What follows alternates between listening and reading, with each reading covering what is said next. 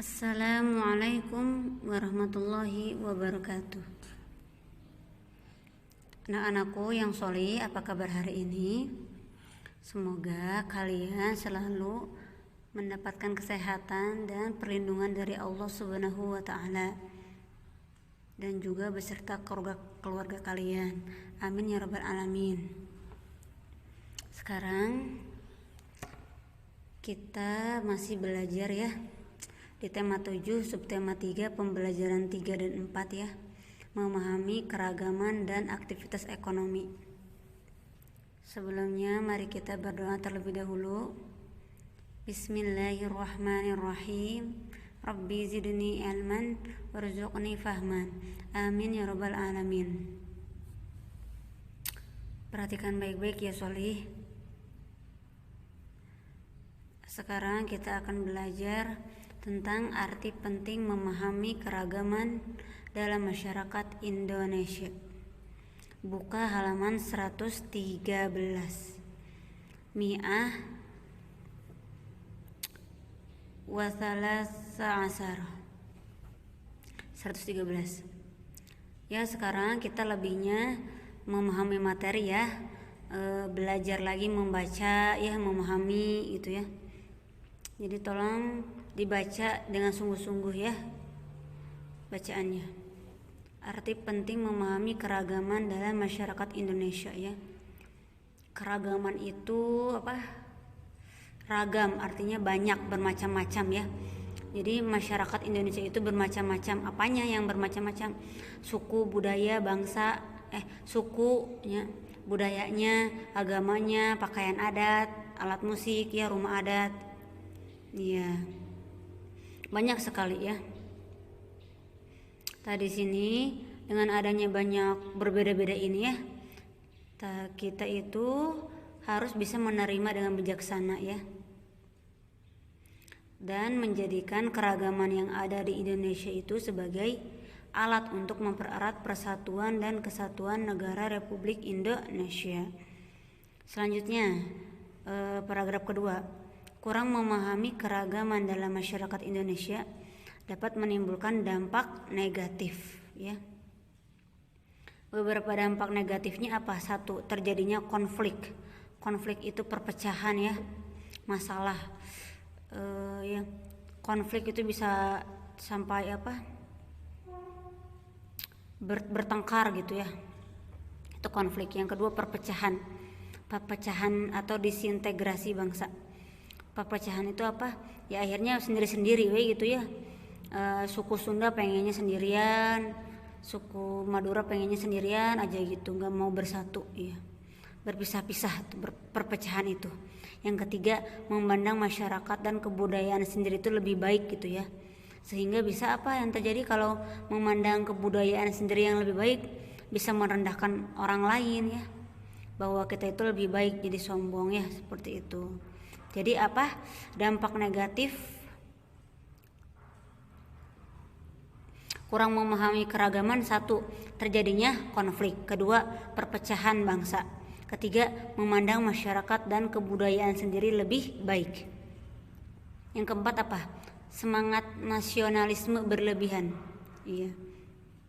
Jadi sehingga menganggap rendah bangsa lain gitu. Jadi karena berlebihan ya, mendukung Indonesia sehingga bangsa-bangsa lain kita remehkan gitu ya.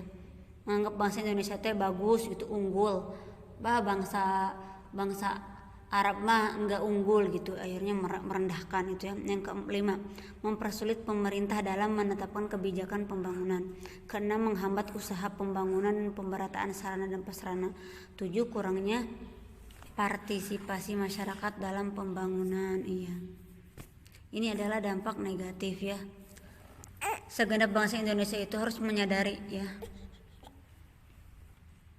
Iya. Apa itu Bhinneka Tunggal Ika tuh? Yang dicetuskan oleh siapa? Empu Tantular. Empu Tantular dalam kitabnya Suta Soma ya. Kita hendaknya bisa saling menghargai ya. Bersikap toleran dalam keragaman. Bagaimana cara sikap toleran? Yang pertama, menghargai perbedaan. ya, baik perbedaan suku, agama, ras, budaya, hidup berdampingan secara damai. Ketiga, berinteraksi dengan baik tanpa ada sekat perbedaan. Lalu bagaimana beberapa sikap yang kita hindari apa aja? Memaksakan kehendak orang lain, acuh tak acuh dan tidak peduli terhadap lingkungan, menonjolkan suku, agama, ras, golongan, budaya tertentu, mementingkan suku bangsa sendiri, cenderung memaksakan kehendak dan berani menempuh tindakan melanggar norma. Yang keenam, mencari keuntungan sendiri. Alhamdulillah, silakan kerjakan tugasnya ya. Ini tugas pertama halaman 116. Tugas pertama halaman 116. Selanjutnya baca lagi halaman 117, keragaman ekonomi di Indonesia yang kedua. Tanya ini sayang.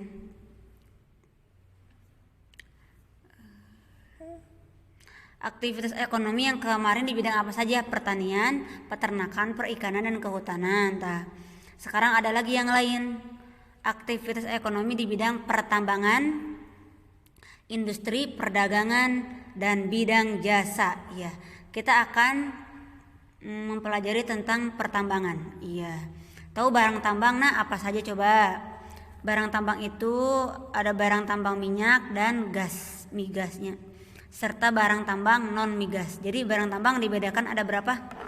Barang tambang minyak dan gas atau migas serta barang tambang non migas. Contohnya apa?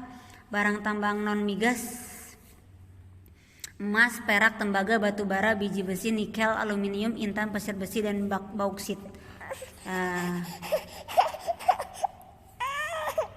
Barang tambang itu sifatnya tidak dapat diperbarui ya, maka jangan boros, harus dihemat baik-baik, digunakan dengan sebaik mungkin ya Pak Yumtum. Iya.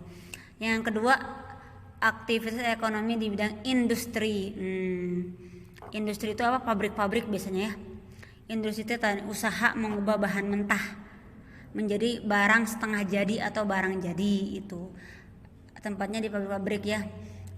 Mengubah barang mentah menjadi barang setengah jadi atau barang jadi. Kalau barang mentah dari mana sumbernya? Dari sumber daya alam ya. Contohnya apa coba? Industri otomotif, industri konveksi, industri elektronik, industri sepatu, sendal, ban, pengalengan ikan, minuman, makanan. Iya. Contohnya barang mentah apa? Kalau di hutan ada apa? Sumber daya alam hutan. Ada pohon apa berarti? Kayu. Iya. Itu bahan mentah, kayu. Lalu menjadi barang setengah jadi. Misalnya kayunya dipotong-potong jadi kecil-kecil tadi. Jadi tukang mebel ya, tukang kayu itu bahan setengah jadi atau bisa jadi langsung barang jadi. Contohnya kayu-kayunya dibentuk-bentuk menjadi apa? Meja, kursi, pintu, seperti itu. Paham tuh? Selanjutnya yang ketiga di bidang perdagangan ya.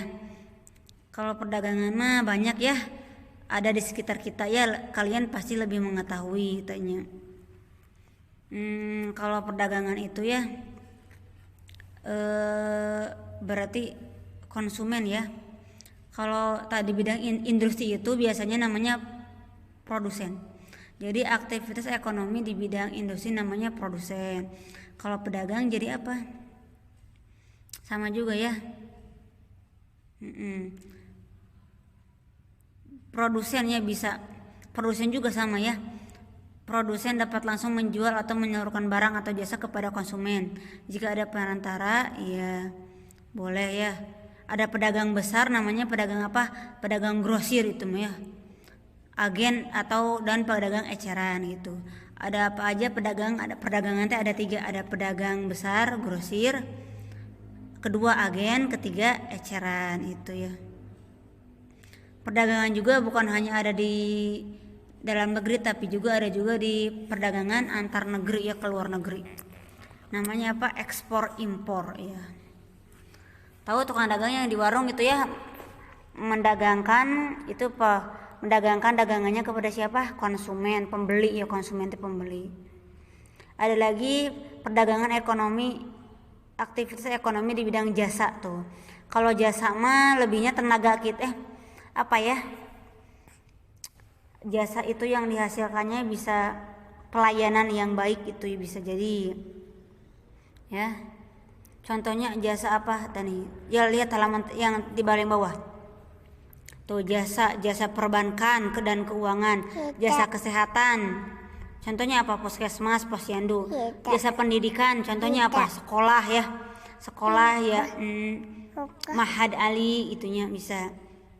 Jasa konsultasi hukum itu apa? Biasanya di apa? Di pengadilan umum itu ya. Jasa pariwisata itu ya. Untuk wisata dan jasa lainnya. Kalau sopir itu jasa bukan jasa, dokter jasa, bidan jasa yang menghasilkan jasa. Jadi pekerjaan di bidang jasa tahu kan ya, yang menghasilkan jasa dan barang beda-beda. Jadi bukan barang yang dihasilkannya tapi apa? Jasanya gitu. Pelayanannya. Yaitu ya